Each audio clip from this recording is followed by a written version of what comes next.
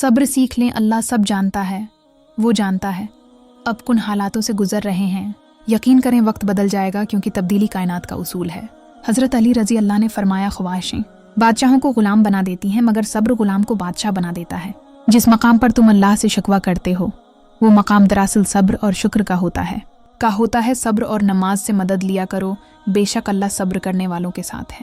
صبر کی حد یہ ہے کہ تقدیر پر کوئی اعتراض نہ ہو، زندگی کی کتاب کے سب اوراق ہمارے مطابق نہیں ہوتے، اگر کوئی ایسا ورق سامنے آ جائے جس میں راحتیں نہ ہوں تو صبر کر لینا چاہیے۔ صبر سے رحمت کا انتظار کرو تو چیز تمہارے لیے ہے، وہ تمہارے لیے ہی ہے اور تیری صرف حکمت پر مبنی ہوتی ہے۔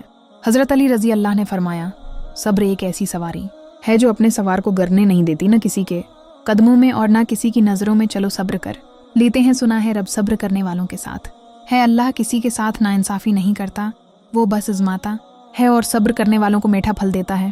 زندگی اس طرح بسر کرو کہ دیکھنے والے تمہارے درد پر افسوس کی بجائے تمہارے صبر پر رشک کریں۔ اللہ ہماری اہٹیں بھی سنتا ہے اور پکار بھی، بس وہ آپ کا صبر آزماتا ہے۔ صبر کے کچھ گھونٹ اتنے کڑوے ہوتے ہیں کہ پوری زندگی کی مٹھاس چھین لیتے ہیں۔ صبر انسان کو ٹوٹنے نہیں دیتا۔ صبر رکھ بندے کمزور، تیرا وقت ہے تو نہیں۔ جہاں اپنوں کے لہجوں کی اپنائیت دم توڑ جائے تو پریشان اور رونے کی بجائے فاتحہ پڑھ کر بخشش کی دعا کیا کریں، بے شک اللہ تعالی صبر کرنے والوں کے ساتھ ہے۔